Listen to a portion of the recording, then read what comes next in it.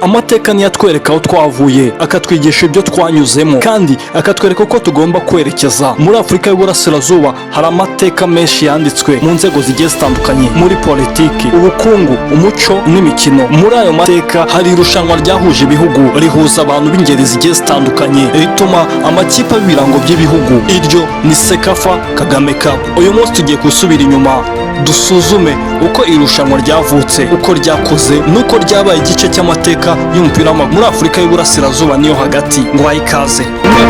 Mu mwaka wa 1967 nibwo habaye irushanwa rya mbere rizwi ku izina rya CECAFA Club Championship. Intego yari uguhuza amakipe yabaga yaritwaye neza mu bihugu byo muri Afurika y'Uburasirazuba niyo hagati, kugira ngo ahatane kandi azamura urwego rw'umupira. Icyo gihe ikipe yitwa Abaruhi ya FC yo mu gihugu cya Kenya niyo yegukanye igikombe ku nshuro ya mbere rikinwa. Mu myaka ya mbere CECAFA Club Championship niyo ari irushanwa rifite amategeko ahamye nk'ayo ubu rifite. Hari amakipe yakinaga mu matsinda gusa, ahandi hakabaho umukino wa nyuma, ndetse rimwe na rimwe ikipe yagiraga amanota menshi yahitaga yegukana igikombe. Uko imyaka yagendaga ishira, imiterere y'irushanwa yagendaga ivugururwa kugira ngo rirusheho kuba ryiza kandi ribiri nyamwuga. Mu mwaka w'igihumbi 1970 kugeza 1980 amakipe yo muri Kenya, Tanzania na Uganda niyo yari yiganje muri irushanwa. Gor Mahia, Leopards, Simba, Young Africans, KCCA, Villa Sport Club nizo zari ziganje mu guhora zitabira, bigatuma habamo ishyaka rikomeye hagati y'abafana ndetse n'ibihugu muri rusange.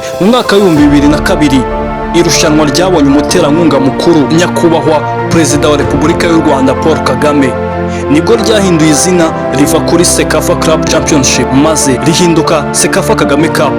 Ibi byatumye ibihembo byiyongera, imitegurire n'irushanwa komeza kuba ryiza, ndetse n'amakipe menshi arushaho kuryitabira. U Rwanda rwagize uruhare rukomeye muri iri rushanwa. Rayon Sport yabaye ikipe ya mbere yo mu Rwanda yegukanye igikombe 1998. PRFC yegukanye igikombe inshuro 4, 2004, 2007 na 2010. Naho Atraco FC yegukana igikombe cya 2009.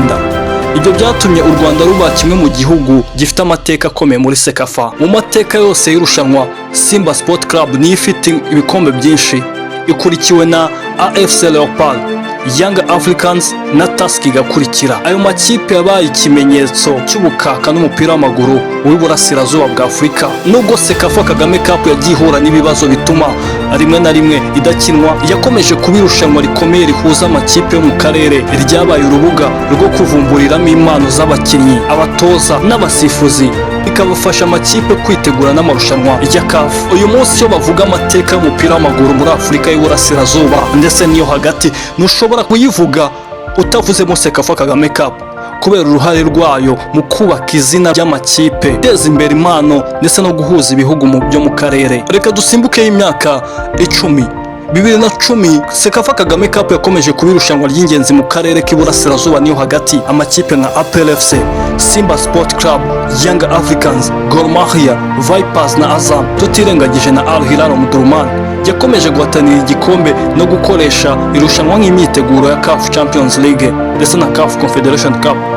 Nubwo ryari rifite amateka akomeye, hari imyaka imwe n'imwe irushanwa ritabaye, rikagenda rihindura gahunda, harimo nk'ikibazo cya coronavirus ndetse na kalendriye y'amarushanwa ya CAF Champions League. Ibi byagize ingaruka ku makipe n'abafana, ariko CECAFA yakomeje gushaka uburyo bwo kugaruka ku rwego. Mu mwaka wa 2024 irushanwa ryongeye gukinwa muri Tanzania na Zanzibar. Harimo amakipe yatumiwe atarayo mu bihugu bya CECAFA, hagamijwe kongera urwego rw'amarushanwa no kuyaha isura mpuzamahanga. Mu mwaka wa 2025 amakipe yabaye 12 yo mu karere yongeye guhurira i Dar es Salaam mu gihugu cya Tanzania. Iri rushanwa ryitabiriwe n'amakipe arimo APRFC yo mu Rwanda, Vipers yo mu Uganda, Kenya Police, Al Hilal Omdurman yo muri Sudan, Ethiopia Coffee, Murandege n'andi. Ryakomeje kuba urubuga rwo kwitegura amarushanwa ya CAF. Uyu munsi CECAFA Kagame Cup iracyafatwa na kimwe mu marushanwa y'amakipe afite amateka maremare muri Afurika.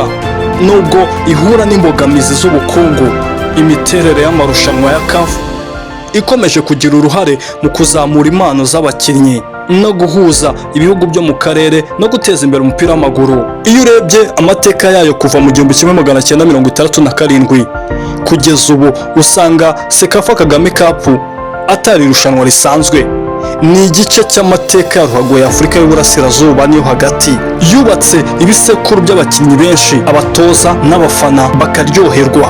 Amateka yayo aracyakomeza kwandikwa kandi buri mwaka hiyongeraho indi paje nshya mu gitabo cy'umupira w'amaguru wa Afurika no mu karere. Uyu mwaka ho iteganyije kubera hano i Kigali mu Rwanda, aho izitabirwa n'amakipe menshi agiye akomeye: Simba Sport Club, Al Hilal Omdurman, APR FC, Rayon Sport, Vipers n'andi makipe agiye atandukanye. Ni irushanwa rizatangira ku itariki 24 z'ukwezi kwa karindwi.